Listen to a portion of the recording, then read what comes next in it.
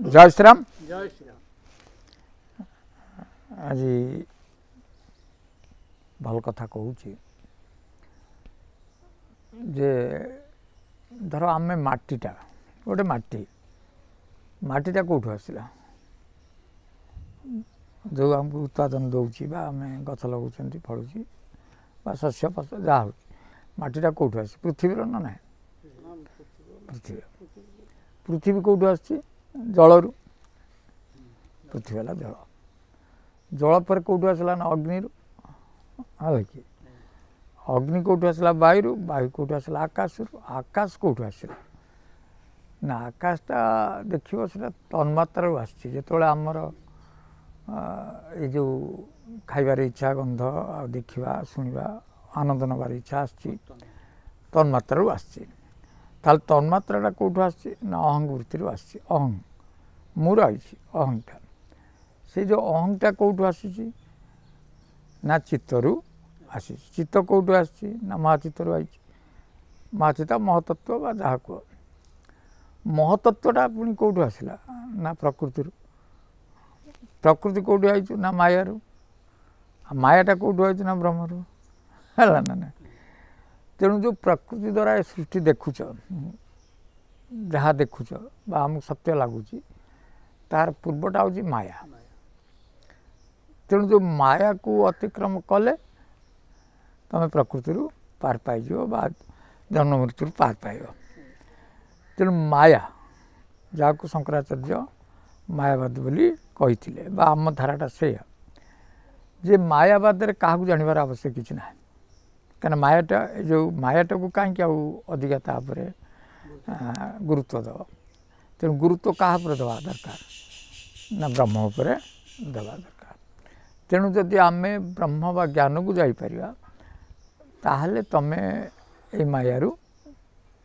पार Piper तेणु ज्ञान को जीवा ब्रह्म प्रत्यय हफे हेले तुमको जो सूत्र दिखाई 88 की जाना से 88 की जानवर प्रक्रियाटा कही दिखाई सब छाड़ी दे गोटे अक्षर पर तू काम कर है ना ना आउ किसी करना ये सब माया ताकू धरबार किसी ना किंतु गुरु पाखु शिखी जा 88टा धर 88टा को धरले तुम मायाटा चली प्रश्न हम जे आम तो आप देले एत दिन है कहीं आम भितर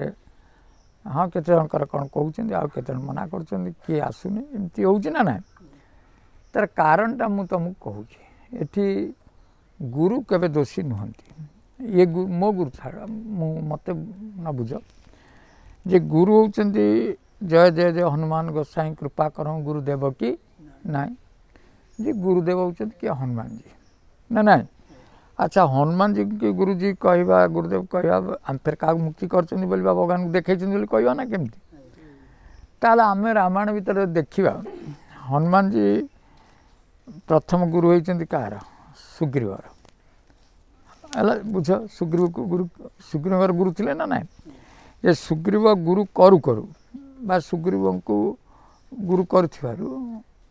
सुग्रीव हनुमान जी गुरु कर ये भगवान को केती समय देखदेले सांग सांग ऋषिशृंग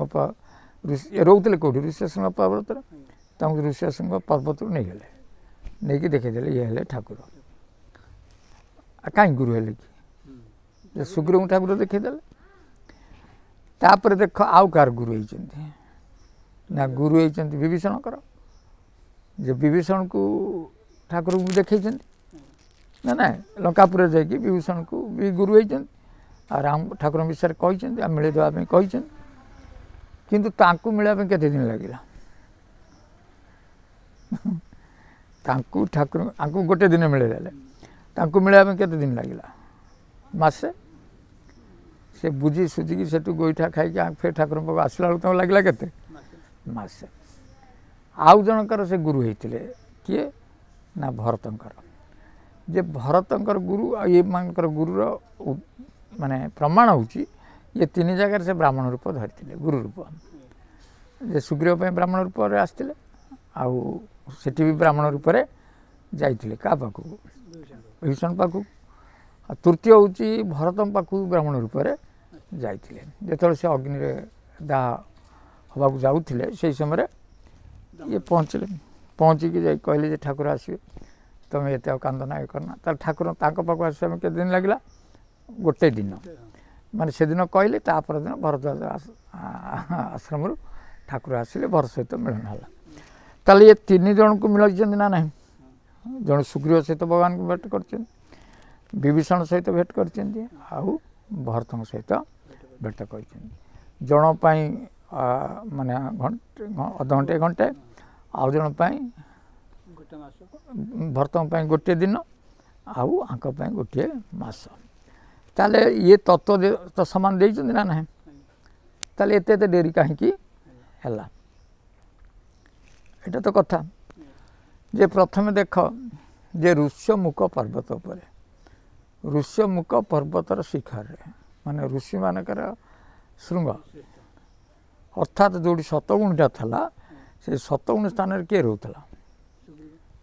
ସୁଗ୍ରୀବ ମାୟାରୁ କେମିତି ଛିଣିଥିଲା ନା ବାଳି ହେଉଛି ସଂସାର ତାକୁ ଗୋଡ଼େଇକି ବିଦା କରିଦେଇଥିଲା ଇଏ କେଉଁଠି ରହୁଥିଲା ଋଷ୍ୟମୁଖ ବା ସତଗୁଣରେ ଥିଲା ତେଣୁ ଋଷ୍ୟମୁଖ ହେଉଛି ପର୍ବତ ସ୍ଥାନ ଆଉ ଗୁଣ ରହିଥିଲା କ'ଣ ସତଗୁଣ ତାହେଲେ ସତଗୁଣ ଥିବ ଋଷ୍ୟମୁଖ ପର୍ବତ ଥିବ ଯେଉଁ ସ୍ଥାନ ସେଇଟା ହେଲା ସତଗୁଣୀ ସ୍ଥାନ ତାହେଲେ ତାଙ୍କୁ କେତେ ସମୟ ଲାଗିଲା ପାଇବା ପାଇଁ ଗୋଟେ ଘଣ୍ଟା ଭିତରେ ପାଇଗଲେ ଆଚ୍ଛା ସେଇଠି ଦେଖ ସେଇ ଲଙ୍କାପୁରୀରେ ରହିଥିଲେ କିଏ ବିଭୀଷଣ ତତ୍ତ୍ୱ ଦିଆ ସମାନ କିନ୍ତୁ ପୁରୀଟା କ'ଣ ଥିଲା ଲଙ୍କାପୁରୀ ସ୍ଥାନଟା ଲଙ୍କାପୁରୀ ଆଉ ସିଏ ତମଗୁଣ ସ୍ଥାନରେ ଥିଲେ କେଉଁ ସ୍ଥାନରେ ଥିଲେ ତମଗୁଣରେ ତେଣୁ ତମଗୁଣରେ ତତ୍ତ୍ୱ ଦିଆହେଲା ପରେ ବି ସେଠି ଠାକୁରଙ୍କୁ ପାଇବା ପାଇଁ କେତେ ସମୟ ଲାଗିଲା ଗୋଟେ ମାସ ଲାଗିଲା ପୁଣି ଦେଖ ଭରତଙ୍କ ପାଖକୁ ଚାଲ ଭରତ ଯେଉଁ 14 ବର୍ଷ ସେ କ'ଣ କରୁଥିଲେ ରାଜ୍ୟ ଶାସନ କରୁଥିଲେ ପ୍ରଜାଙ୍କ ଦୁଃଖ ପାଳନ କରୁଥିଲେ ସମସ୍ତଙ୍କ ଦୁଃଖ ସୁଖରେ ଭାଗିଥିଲେ ଅର୍ଥାତ୍ ସେ କେଉଁ ଗୁଣରେ ଥିଲେ ରଜଗୁଣରେ ଥିଲେ ତେଣୁ ରଜଗୁଣୀ ଲୋକଙ୍କ ପାଇଁ କେତେ ସମୟ ଲାଗିଲା ନା ଗୋଟିଏ ଦିନ ଲାଗିଲା କେଉଁ କଥା ହେଉଛି ସ୍ଥାନ ଅଯୋଧ୍ୟା ଥିଲା ରଜଗୁଣୀ ଆଉ ଭରତ ଥିଲେ ରଜଗୁଣୀ ସେଠି ତତ୍ତ୍ୱଟା କାମ କରିବା ପାଇଁ ଗୋଟିଏ ଦିନ ଲାଗିଲା ଠାକୁରଙ୍କ ତମଗୁଣ ପାଇଁ କେତେ ଦିନ ଲାଗିଲା ଲଙ୍କା ଥିଲା ତମଗୁଣ ଆଉ ସ୍ଥାନ ଥିଲା ବି ତମଗୁଣ ଆଉ ପାତ୍ର ଥିଲେ କିଏ ବିଭୀଷଣ ତତ୍ତ୍ୱ ଥିଲା ସମାନ ତାହେଲେ ତାଙ୍କୁ ଲାଗିଲା ଗୋଟେ ମାସ ଇଏ ଋଷ୍ୟଶୃଙ୍ଗ ପର୍ବତ ହେଉଛି କ'ଣ ସତଗୁଣ ତେଣୁ ସତଗୁଣ ସ୍ଥାନରେ ଆଉ ଠାକୁରଙ୍କୁ ଭେଟ କରିବା ପାଇଁ କେତେ ସମୟ ଲାଗିଲା ଗୋଟେ ଘଣ୍ଟା ତେଣୁ ଏଇଟା ବୁଝି ନେବା ଦରକାର ଯେ ଆମେ ଯେଉଁ ତତ୍ତ୍ୱ ନେଲା ପରେ ଆମେ କେଉଁ ସ୍ଥାନରେ ରହୁଛନ୍ତି ସେଇ ସ୍ଥାନକୁ ନେଇ ପାତ୍ରକୁ ନେଇକି ତୁମର ଏଇ ତତ୍ତ୍ୱଟା ଫଳିବ ବୁଝିଗଲା ନା ନାହିଁ ଆମେ ଯଦି ତମଗୁଣୀ ସ୍ଥାନରେ ରହୁଥିବା ତାହେଲେ ଆମେ ଫଳିବନି ବହୁତ ଲେଟ୍ ହେବ ରଜଗୁଣୀ ହେଲେ ଆଉ ଟିକେ ଲେଟ୍ ହେବ ସତଗୁଣୀ ହେଲେ ଆଉ ଶୀଘ୍ର ହେଇପାରିବ ତେଣୁ ଏଠି ଗୁରୁଙ୍କର ତତ୍ତ୍ୱ କିଛି ନାହିଁ ଶିଷ୍ୟର ତାର ଯେଉଁ ପାତ୍ର ବା ସେ ନିଜେ ଆଉ ସ୍ଥାନ ଏଇଟା ସବୁ ବୁଝିବାକୁ ପଡ଼ିବ ସେଇ ଭାବରେ ହିଁ ତତ୍ତ୍ୱ କାମ କରେ ନହେଲେ କରିବ ନାହିଁ ଅର୍ଥାତ୍ ସତଗୁଣୀ ପୁରୁଷଙ୍କ ପାଇଁ ଶୀଘ୍ର ହୁଏ ତମଗୁଣୀ ପାଇଁ ବହୁତ ବିଳମ୍ବ ହୁଏ ଆଉ ରଜଗୁଣୀ ପାଇଁ ଅଳ୍ପ ବିଳମ୍ବ ହୁଏ ତେଣୁ ଏଇଭଳି ଭାବରେ ନିଜକୁ ଦେଖିଲେ ତୁମେ କେଉଁ ସ୍ଥିତିରେ ଆଗେ ଅଛ ସେଇଟା ଜାଣିବା ଦରକାର ସେଇ ସ୍ଥିତି ବଦଳିଲେ ତୁମକୁ ତମଗୁଣଟାକୁ କେମିତି କରାଯିବ ସେ ଛାଡ଼ିକି ପଳେଇଲେନି କି ଠାକୁରଙ୍କ ପାଖକୁ ଆସିକି ଶରଣ ନେଲେ ଅର୍ଥାତ୍ ସେ ତମଗୁଣକୁ ଛାଡ଼ିକି ଆସି ପଳେଇ ଆସିଲେ ତେଣୁ ଯେଉଁମାନେ ତମଗୁଣ ଭିତରେ ଥିବେ ବିଶେଷ କରି ଦେଖିବ ଆମର ସବୁ ସ୍ଥାନ ବୋଇଲେ ଆମେ ଘର ଭିତରେ ଧ୍ୟାନ କରିବା ନା ନାହିଁ କିନ୍ତୁ ସେଇ ଧ୍ୟାନଟା ଆମେ ଯଦି ମନ୍ଦିରରେ କରିବା ସେ ସ୍ଥାନଟା ବଦଳିଲା ନା ନାହିଁ ଧର ତୀର୍ଥରେ କରିବା ସେ ବଦଳିବ ନା ନାହିଁ ଅର୍ଥାତ୍ ଏଠି ଯେଉଁ ଗୁଣଟା ପାଉଥିଲ ତାଠୁ ବହୁତ ସାତ୍ୱିକ ଗୁଣ କେଉଁଠି ମିଳେ ତୀର୍ଥରେ ବା କେଉଁଠି ମନ୍ଦିରରେ ବା ଯେକୌଣସି ଜାଗାରେ ତେଣୁ ଆମେ ମନ୍ଦିରର ବିଶେଷତ୍ୱ ହେଉଛି ଏଇଆ ସେ ଜାଗାରେ ସତଗୁଣଟା ଥାଏ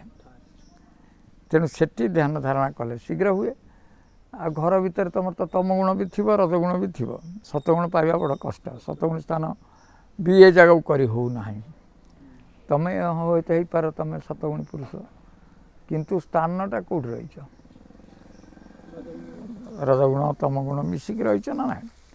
तेणु गोटे आश्रम को आगे सतगुण करने को पड़ो सेटा शिष्य काम जे आम गले से सतगुणटा जमी आम लाभ करवा तेणु सहीटा शिष्य मैंने करती कौ भाई आश्रम हेले आबा कौ परिवेश हेले आमको से जगटा तथापि तो ये गुरु आश्रम बोली आसुँच से ध्यान भी होची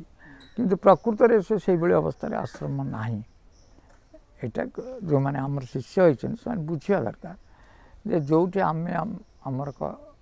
लक्ष्य स्थल पहुँच पार से स्थल में कौन करुँना जो दिन सत्संग से परिवेशटा करुँच से दिनटा परिवेशटा करुँची विभिन्न माध्यम नाम माध्यम हो कथा माध्यम तापर एकाग्रता नहीं शून्यता को अनुभव कराऊँ तेणु आश्रम स्थान बहुत आवश्यक अच्छी आश्रम ध्यान करवा आ घरे बस ध्यान करवा बहुत तफात है ना ना तेणु गुरु तत्व सामान अच्छी आ तो कहवा कथा जो भाई डिस्टर्ब हो समाज में सेटा तुम देखा कथा नुह तुम देखा कथा ब्रह्म को यहाँ स्वाभाविक कथा बहुत कथा हुए समाज जहाँ देखुच ये बड़ कथा नुह बहुत पूर्व भी होती आज डीजे भी से भाया चलती अन्य कथा सब चलुची सेटा तुम दृष्टिकोण न आसू सारी उपर यदि विचार रमें सतगुण कमिज है कि एति जान जे सबूर गोटे स्तर थाए जो स्तर भितर किसी प्रभाव पड़े ना धर डीजे डीजे जदि एत साउंड बाजिबो ताले स्तरटा अधिक होगा डीजे बाजार किसी ना स्तर ठीक रखिले समस्त सहे तुमर भी रोजगार हो से रकम गोटे झील बों स्तर अच्छी ना ना से स्तर रही असुविधा किसी ना कि स्तर जो अतिक्रम करुच्ची ये हम कलिजुगटा आ कौन अच्छी आज जो घटना घटुच बहुत घटना भी आगु घटी बुझे किंतु एतिके आमर सब प्रोसेस बहुत लेट प्रोसेस जन को दंड देवाई बहुत प्रोसेस भर जाकि कारण आम संविधान से आमर आईनटा से किंतु तुम जदि क्विक डिसीजन सब हो पारता से बहुत कौन हम परिवर्तन आस लोक भर भय सृष्टि हम जे आउ समाधान ना बुझेगा ना शीघ्र ये तो यही घटना तो घटना आ निकित पकड़ आवश्यक ना दंड सांगे सांगे देखिए बहुत परिमाण कमी जाता बुझे समाज आगू आस ठाकुर करेंगे से देखिए जय श्री राम।